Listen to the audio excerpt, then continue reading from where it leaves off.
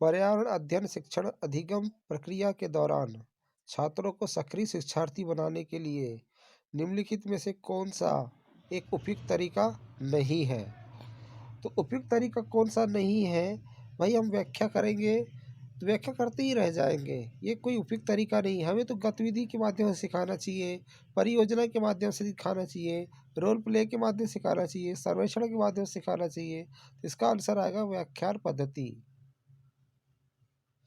EVS को एकीकृत तरीके से पढ़ाते समय जो विधि उपयोगी हो सकती है वह है भाई एकीकृत करना है। तो जोड़ना किसको है? संश्लेषण विधि में। इसका आंसर हो जाएगा संश्लेषण विधि। इसमें सभी चीज़ों को एकीकृत किया जाता है, विश्लेषण में बिखारा जाता है, छोटे छोटे टुकड़े किए जाते हैं और छोटे टुकड़ों को अगर जोड़ना है तो संश्लेषण विधि में किया जाता है। ईवीएस वर्ग में समस्या समाधान विधि के चरणों में क्या शामिल है? समस्या समाधान करना है तो हमें विश्लेषण भी करना होगा, परिभाषित भी करना होगा, मूल्यांकन भी करना होगा। तो इसका आंसर आएगा उपरोक्त सभी।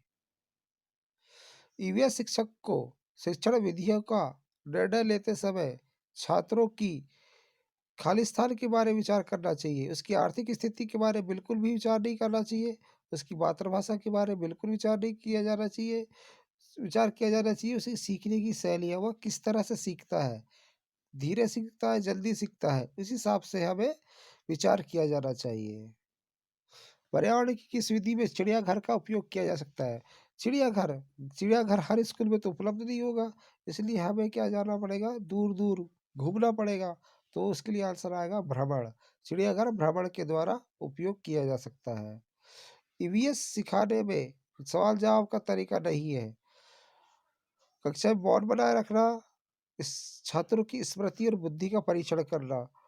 तो इसका आंसर ये आएगा, कक्षा में हम बहुत शांति बनाए रखेंगे तो कोई ईवीएस नहीं सीख पाएगा, और छात्रों की स्मृति और बुद्धि का परीक्षण अगर हम करेंगे तो इससे भी कोई ईवीएस नहीं सीख पाएगा। हमें तो गतिविधियां देना है, प्रयोग करना है, तब ईवीएस सीख पाएंगे। ईवीएस शिक्षक को विषय के साथ साथ ज्ञान भी होना चाहिए। भाई ईवीएस शिक्षक है, उसको उद्देश्य का भले ही ज्ञान ना हो, उसको पढ़ाने के तरीका का भले ही ज्ञान हो, लेकिन पढ़ाने की विधियों के बारे में ज़रूर जानकारी होना चाहिए। पर्यावरण अध्ययन सीखने के निम्नलिखित दृष्टिकोण में से कौन सा वैज्ञानिक विकास में छात्रों की मदद करता है? मैंने पहले ही बताया, प्रयोग करना छात्रों की मदद करता है। पद्धति बच्चों के विविध अनुभवों को उजागर करके ईवीएस के अधिगम शिक्षण में सक्रिय भागीदारी सुनिश्चित करता है। तो ये सर्वेक्षण, क्षेत्र का दौरा, ये दोनों ही आएंगे जिसके द्वारा हम पर्यावरण अध्ययन के बारे में जानकारी प्राप्त कर सकते हैं।